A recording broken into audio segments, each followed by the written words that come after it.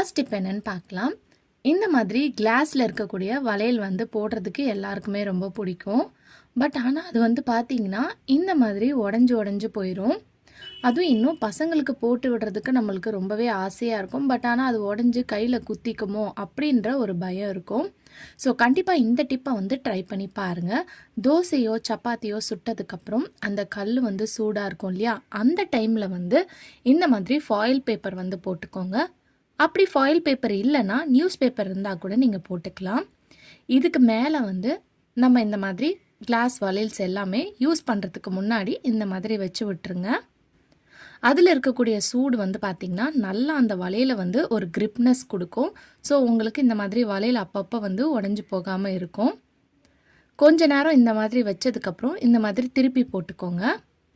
so இதுக்கப்புறம் நீங்கள் எடுத்து யூஸ் பண்ணிங்கன்னா அந்த வளையல் வந்து நல்லா ஸ்ட்ராங்காக இருக்கும், உங்களுக்கு உடையவே